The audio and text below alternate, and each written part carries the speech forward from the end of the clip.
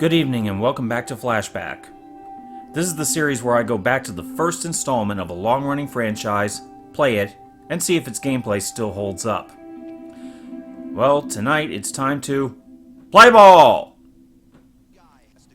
I can't believe it's taken a year since I started Saturday Night Sports to talk about baseball. I've always enjoyed baseball, though in elementary school recess, I was never that good at it. I was reminded of how much I enjoyed the game while playing MLB The Show 21, which recently got onto Xbox Game Pass. I still find that incredibly weird. The Sony created baseball series is now showing up on competing consoles. Well, considering that, until now, the only licensed baseball games that reached the Xbox One were the vastly inferior RBI baseball games, that weirdness is something I can totally get behind. Just so you know, the new iteration of the show kicks ass. Of course, I expected as much since previous iterations of the show that I played were also excellent. However, I found myself thinking about where the series started. No, older than that.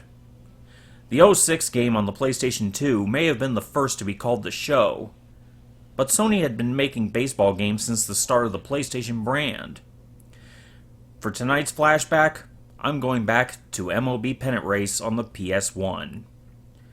Unlike when I covered the start of Madden on the Genesis, I do have a personal history with this game. When I bought my first original PlayStation back in 1996, as a reward to myself for surviving working in the toy department of a department store during the Christmas of the Tickle Me Elmo, this was one of the first two games I bought with the console, the other being Mortal Kombat Trilogy. Unlike football, baseball seemed to be one of the easiest games to get into in video game form. That was especially true with Sony's first effort, but I'm getting ahead of myself. Before I go any further, I have to give this disclaimer. I am only judging this game based on its gameplay, whether its gameplay has held up after all these years. I know the rosters are 25 years out of date.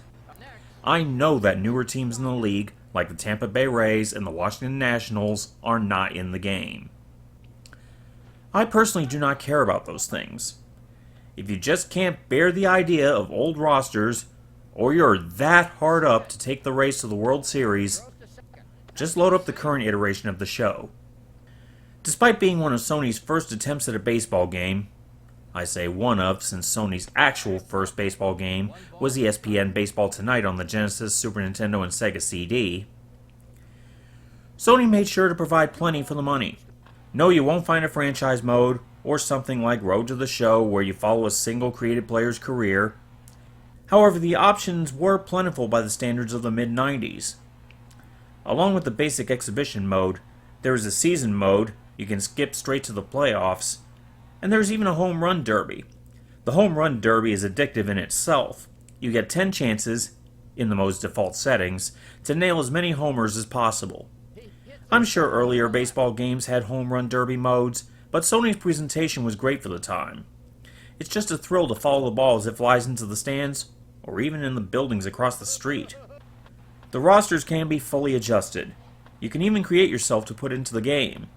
Sure, the edits are only in the stats while you get a basic character model, but it was a great feature to have in 1996. In the game, the visuals are fine. Considering that World Series Baseball on the Saturn only had a few of the most famous parks in the game, the fact that MLB Pennant Race had all of them was a major point in its favor. Sure, the parks are basic polygonal models, but they were impressively detailed for the time. The players, however, have not aged as well.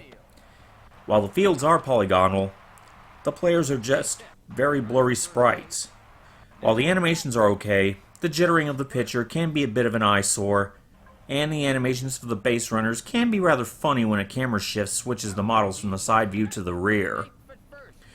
Polygonal players wouldn't show up until the follow-up. The sound, however, is still good.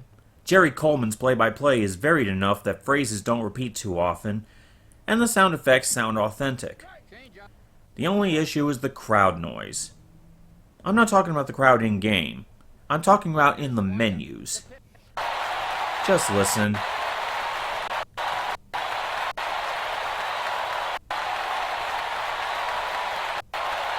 You think that's loud enough? Worse, the command in the options menu to turn off the crowd noise only does it during a game. You can't cut the crowd in the menus at all, unless you count just muting the TV, which you'll want to do if you're taking time to adjust your rosters. While the visuals may be hard to look at nowadays, the gameplay is still fun. The mechanics are very easy to pick up. While it can be disappointing that pitchers are limited to just 3 pitches, selected with the triangle, circle, and X buttons, where modern baseball games allow up to 5, the controls still impressively tight. Fielding uses the face buttons to determine which base is thrown to, and you can even throw to the cutoffs. Batting couldn't be more intuitive. Just use the triangle, circle, or X button to choose power, and then hit the X button to swing. You can't aim your hits like in modern games, but I don't mind that. The game plays very fast, but it can be hard to stomach the load times. The sheer amount of loading in the menus can really test a person's patience. There are even loads to bring in the loading screen. I'm not kidding. See for yourself. Fortunately, the loads only get that crazy before and after a game. Things don't pause when you're on the field. MLB Pennant Race is a fun basic baseball game. While it can't take the place of the newest editions of the show, it was cool to see how well the series started. Sony had a game that took advantage of the PS1's capabilities to improve the presentation beyond what the 16-bit systems could do, even if it did mean excessive load times to start a game.